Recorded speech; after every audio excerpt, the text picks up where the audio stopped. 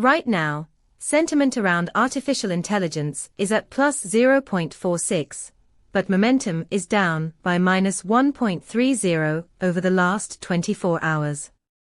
This divergence from the historical baseline indicates that while there's positive sentiment, the enthusiasm is waning, a potentially critical inflection point for your projects.